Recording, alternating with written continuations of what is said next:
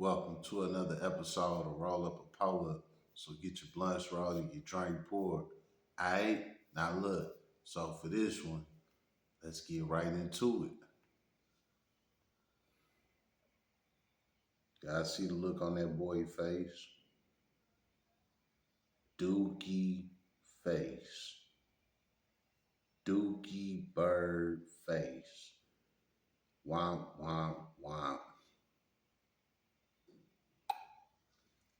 To justice served. The man who pled guilty to shooting and killing Oakland County Deputy Bradley Reckling, sentenced today to prison. Oakland County. Here we go. Here we fucking go.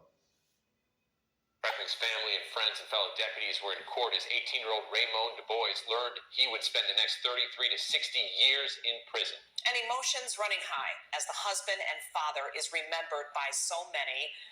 Reckling was killed in June of last year as he was pursuing a stolen vehicle, and DuBois got out and fired at him.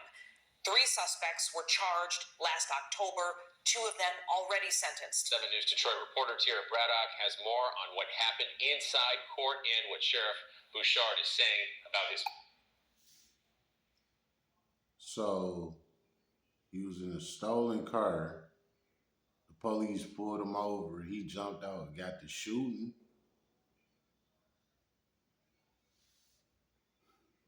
fallen deputy. It was an emotional day inside the courtroom as the family of Deputy Bradley Reckling faced the man who shot and killed him. Because of the defendant's choice, I will never, ever have a complete picture of our family. There will always be a piece missing. Jacqueline Reckling, the wife of slain Oakland County Sheriff's Deputy Brad Reckling, was in tears as she spoke about her late husband. Brad didn't just build things. He built people up. He built our family up. He built a life. Y'all see that cop right there? That's the bailiff. He gonna get on the defendant ass if the defendant try and run, try and smack somebody, spit on somebody, anybody. It's his job to subdue the motherfucking suspect. Full of love, purpose, and meaning. Reckling was shot and killed in Detroit in June of last year. He was working undercover for the Sheriff's Office Auto Theft Unit and was following behind an SUV that was stolen from Madison Heights. One of the people who were in the SUV got out and opened fire on Reckling's unmarked car. Brad's death was not an accident. It wasn't the result of youthful recklessness or poor judgment. The defendant took a gun, aimed it at Brad, and pulled the trigger. Police say the person who pulled the trigger was 18-year-old Raymond DuBois. DuBois pleaded guilty to first-degree murder back in July. On Friday, as a part of a plea agreement, DuBois was sentenced to 33 to 60 years in prison. The murder of my son has changed our family forever. Deputy Reckling's mother, Tammy Reckling, spoke in court before DuBois was sentenced. I would have even sold my soul to have Brad here with us today. Oakland County Sheriff Michael Bouchard was also in the courtroom as DuBois learned his fate. He says he felt that 33 to 60 years wasn't enough. So a person has committed violent crimes time. Y'all see that guy? He don't play. He run Oakland County Jail. Yeah, this motherfucker right here, bad motherfucker. Don't play with him. Time again, got into a stolen car with a handgun he shouldn't have had, got out of the car and shot 4 times at a police officer and murdered him. For me, that's life in prison without parole. Meanwhile, We gonna just go ahead and stop the video right there. Y'all heard what the fuck Michael Bouchard, whatever the fuck his name is. Y'all heard what he said. He deserved life in prison. Now listen, that guy right there, he run Oakland County Jail. He is the man of the hour. And he do not play. He love booking shit. You know what I'm saying? So yeah, he was hurt to not hear that his fellow colleague didn't get the justice that he thought that his colleague should have had got. But at the same time, This is all geopolitics. If you know, you know. Him being sentenced to 33 to 60 years in prison, that's like almost guaranteed life in prison right there. You know what I'm saying? And we're gonna break all this down. Let's go ahead and start this from the top, right? So these YNs, three YNs, they go out to a city called Madison Heights. Madison Heights is one of the east side suburbs of the Tri-County area of Detroit. Madison Heights is about 15, maybe 20 minutes outside of Detroit, right? Um, it's a real little tiny city in Oakland County, right? Well, these YNs, they decide to go out there, or they was already out there, wherever the case was. And they stole a car. They said an SUV. They probably stole a Trackhawk or a Durango, you know how I go, some shit like that, right? So they stole it and they drove it back to the hood, to Detroit. You know what I'm saying?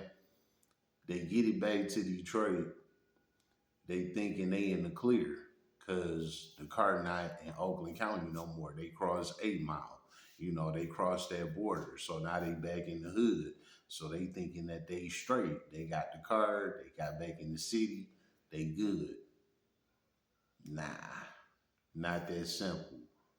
I told y'all, Oakland County, here in the state of Michigan, Oakland County is one of the richest counties of the United States. You know what I'm saying? And they don't play no motherfucking games. So you're not about to be going out there committing crimes. The only ghetto city in Oakland County is Pontiac. Pontiac is the only ghetto city in Oakland County. And Pontiac don't even got much room to do shit. You know what I'm saying? Like Pontiac don't even have a police department. They strictly have sheriffs and state troopers, and they have the county jail inside of Pontiac. So Pontiac don't have a police department. You know what I'm saying? Your ass going straight to the county jail by the sheriffs or the state troopers, flat out. You know what I'm saying? So yeah, Pontiac be popping off and shit like that, but not like what you think. You know what I'm saying? Not like what you think. But anyway, these guys, they thought because they got back into Detroit, they good, right? Nah, this cop, he followed them from Oakland County back to Detroit. How he followed them, Mr. Roll Up? Hey, they got high-tech cameras and all type of shit, license plate readers, and they got all kind of shit. So it ain't no telling how he got on their ass, but he did. So the cop got up with him, right? He followed their ass. He spotted them in Detroit, right? So I guess he go to pull up on them or whatever. You know what I'm saying? The boys in the car like, damn, the hook on us. They didn't found out what we doing, blah, blah, blah, you know. So they panicking. What this guy do? He jump out, get the air in the damn car up, blah, blah, blah, blah. Kill the cop. You know what I'm saying? Nah, I don't know how they got caught, but I just said this before about Michigan cops. Michigan cops don't kill, um, what can you say, suspects too quickly like other places do. You know what I'm saying? Like Michigan cops, they work with you. You know what I'm saying? Um, Evidently these cops they ran down on the guys, they got them and they locked them up, right? So of course they didn't pull their guns, they didn't have to kill these guys. However it went. Like I said, Michigan cops they a little different, you know. But they got these guys in custody. And now the guy that actually pulled the trigger on the cop, he took a plea deal. You know what I'm saying? He took a plea deal and accepted 33 years of his life to the penitentiary for a stolen car. to the youngins, it can happen to you just as quick and simple. You can go out there and about to steal a car, and it can cost you the rest of your life in prison. You know what I'm saying? I'm pretty sure he probably was thinking if he let off a couple shots, it'd scare the cop or whatever. The cop might jump back in the car and call out the pursuit, pull off, and let them have it or something. You know what I'm saying? I'm pretty sure he probably wasn't thinking he was about to kill this cop and he about to catch a murder. Or if he was, that motherfucker Looney Tune. You know what I'm saying? Because at the end of the day, it was just a stolen car, bro. You know what I'm saying? He might have had something. They might have had something in the car, Mr. Roll Up. So what? Even if they did, I can guarantee you it wouldn't have cost him nowhere near as much time, um, miserability, you know, all the losses that he about to take over the next 30 plus years. Whatever he might have had in that car or whatever he was thinking, it was not worth 33 years of his life, guaranteed. You know what I'm saying? Now he in court being sentenced for that stolen car. He lost his life for a car. This is how quick that shit can turn around. You would think you about to just steal this car, you about to go part it out, you know what I'm saying? You about to hit a couple corners in it, do a couple videos, get your stun on in it, and you end up going to prison for the rest of your life. Now I know a lot of y'all thinking, oh, he got 33 years. He be out when he about 52, 53 years old. He only 18. He do 33 years. He be out by the time he 52, 53, some shit like that, right? That's how it look. But I done told y'all before about how it go when you have a tail. And he has a tail. His tail is 33 years to 60 years. That's his tail. So he have a 27-year tail. The 33 years mean that's the minimum he had to do. He at least had to do 33 years before he even go see a parole board to be eligible to get a parole. He has to at least do 33 years, at least, right? 33 years later, he go see the parole board. Now it's up to the parole board if they want to let him out or if they want to keep him. You know what I'm saying? Guess what they gonna do? They gonna look at his file and see that he killed a peace officer, all because he didn't want to go to jail for a stolen car. You know what they gonna do for a case like that? Parole denied. Flop. Get him up out of here. And they got 27 years to play with him on that. After he already served the 33 years, they still got another 27 years to play with him. See, in prison, this is how they calculate your time. If you just say you get sentenced 10 to 20 years, right? When you get to prison, you get to talking to guys and they ask you how much time you got, you could be like, man, I got 10 to 20. You know what I'm saying? They gonna be like, okay, you got 20 years. You gonna be like, no, I don't got no 20 years. I got 10, but they said I could do up till 20. Well, in prison politics, they automatically label you to your tail. You know what I'm saying? Now, if you get out before your tail, blessings upon you. You know what I'm saying? But this is how prison set you up to train your mind. You know what I'm saying? To be able to beat this time thing. So this is how they come at you. They like, hey, well, you got sentenced to 10 to 20, well, you got 20 years. You know what I'm saying? Now, if you want to get out in 10 years, this is how you need to go about your time. But other than that, you're going to do 20 years. That's prison politics. You know what I'm saying? So, speaking in prison politics to y'all, this guy, he got 60 years in prison. He had to do everything completely right for 33 years straight just to be in the green. with the parole board. And again, that's not going to guarantee him a parole. See, it's three parole officers on the panel when they come interview you for your parole. The way how the vote go is 2-1. So if it's two that say parole granted, then they grant the parole. Even though the third person said no, if two said yes, then that's how they win. Or it could be two parole officers that say no to your parole, and one can say yes. Well, guess what? Decision is that it was 2-1. Two parole agents said no to your third parole agent that did say yes. You know what I'm saying? It's always 2-1. So you might have a parole officer on that panel board 33 years later that feels sympathy for you and say, you know what, maybe he did learn his lesson. But if the other two say, nah, fuck that, we don't care if it was 55 years later, he gonna do that time. Bow, flop. And he can do all the way up into that 60 years. You know what I'm saying? Not only that, when you do something to a cop, they beat your ass behind the walls. You know what I'm saying?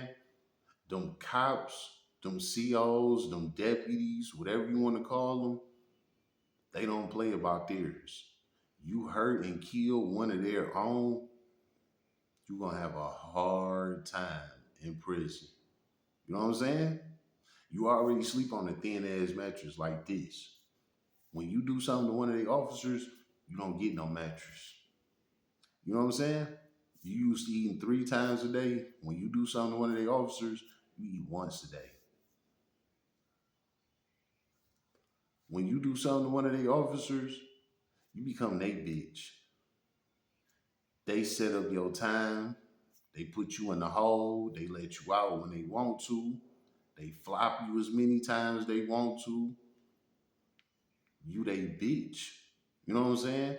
It's all fun and games when you go into court for it, but after court, you they bitch. Flat out. You know what I'm saying? So don't believe the hype, and all this fuck 12 and all that bullshit. Like, yeah, that shit sound good. But you go ahead and do something to one of them officers, man, you hit. And that's what these three guys is about to go through for the rest of their life. And they teenagers, man, they lost their life early. But to the shooters specifically, you know what I'm saying? They not gonna never let him out. Now the other two guys, they might let them out because they didn't do no shooting. But to the guy that did the shooting, they not gonna let him out. And all of this was over a stolen car. You know what I'm saying? If they would have just took the stolen, at the most, they probably would have got like a year. You know what I'm saying? Some probation, some heavy stipulations, probably an ankle monitor, you know what I'm saying? All type of restitution, bullshit like that. You know what I'm saying? And they would have went on about their life. But niggas being niggas, feeling like they can't be caught with what they got caught with, or, oh, this motherfucker is in an unmarked car. Let me get out and get the blowing at him. Whatever the case was, the thinking was stupid. And it cost him the rest of his life. And now he got to sit in that cell for the rest of his life and think about this shit. Because that's all that he got coming. And not only that, them COs, them deputies, they going to give him the hardest time ever, man. He going to be stressed the fuck out. And he going to be forgotten. You know what I'm saying? How about that, man? It's sad, man. These boys getting younger and younger, man. They don't understand what they missing out on. You missing out on life, man. You missing out on having kids. You missing out on getting some money. You missing out on having good times. You missing out on having bad times. You missing out on watching your kids grow up, making accomplishments. You know what I'm saying? Learning and starting and trying different things, and You about to lose all of that, man. All because you didn't want to get caught in a stolen car. And even if you had some guns and drugs with you, I can guarantee you it wouldn't cost you 33 years of your life. You know what I'm saying? Whatever you had, I can get probably tops. It probably was about 2, 3 years worth of work, whatever you had. You know what I'm saying? Now that shit about to cost you the rest of your life because the parole board not gonna let you out. That's a guarantee. It's not gonna happen. And if they do, you're gonna be an old ass brittle man that's not gonna be able to do nothing for yourself. And all of your people that you had out here, they gonna be gone or they not gonna want to take care of your ass no damn 30, 40 years later. You know what I'm saying? So they know what they doing, man. You know, thing is, you should have known what you was doing, bro. You about to have a hard motherfucking time in prison.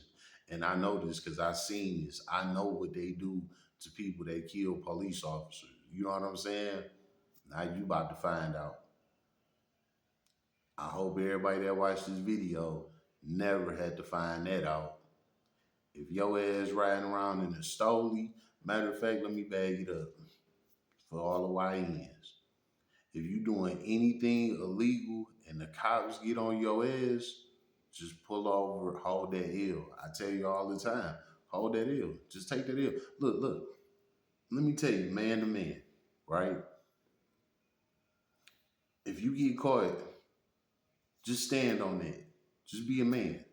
Just be a man about it. You will grow internally as a man if you stand up and take accountability for what you did. Okay, you got caught, stand on it. You will grow so much on the inside just for taking accountability for what you did. You know what I'm saying? Real talk. So, to all the YNs, if y'all out here doing it, you know, y'all out here in that wild shit, you know what I'm saying? Listen, if it happened to you, stand on it because you're not going to do nothing but make your time worse. You're going to make whatever stipulations you got to go through worse. Whatever paperwork they're going to put you on, worse. Whatever restitution they're going to have you pay, worse. It's just going to be worse. When the cops pull up on you, they got you. You know what I'm saying? It's not worth it, man. Stand on it. Do whatever you got to do. Move on with life. That's what life is here for you to learn and move on from it. Hopefully you learn from this video because they didn't take that same advice that I'm giving out. They didn't take that. They said, fuck whoever this is in this car. If it's a cop or not, fuck them. We can't let them get us. Even if it's the hook or if it's some robbers, we can't let them get us. And now look what he did. You killed an officer. You know what I'm saying? Any money that you gonna get on your books that your people gonna send you, they gonna snatch every dollar from you. He ain't gonna never see commissary. You know what I'm saying? And they gonna have him out there in the field working like a slave for the rest of his life. And there ain't gonna be nothing he can do about it. All for a stolen car. A stolen car. Yeah, it escalated that quick. So again, this is why I'm telling y'all. If you're doing something, you get caught, hold that L, man. Just hold that L. You would be surprised if you could just stand up and be a man and be like, okay, yeah, I got caught, you know, give me my time, I'm gonna take my deal, I'm gonna do what I gotta do. You would be surprised at how sometimes that shocked the judge, the prosecution, your lawyer, all of that. Sometimes it shocked them because they so used to everybody coming in. I didn't do it. It wasn't me. I ain't do that. I don't have nothing to do. I wasn't over there. They so used to that. You know what I'm saying? To where they hear an actual man come in there and say, you know what? Okay, I got caught. Yeah, that was me. I take that. You know what I'm saying? Come on, let's get the ball rolling. When they hear shit like that, they get lenient with your time. You know what I'm saying? At the end of the day, it's in a man's nature to take accountability for our actions. So if you could do that even something as superior as the system will give you your respect and say, you know what? Okay, we ain't gonna go as hard as we should go on him because he stood up as a man. I'm telling you, standing up being a man trumps anything in life. You as a man, as a king that you are, stand up for whatever it is that you are faced with. It will do nothing but build you into a stronger man than you are. That's my word. You know what I'm saying? How about that? It's been another episode of Roll Up a Poet. So get your blunts rolled and your drink poured.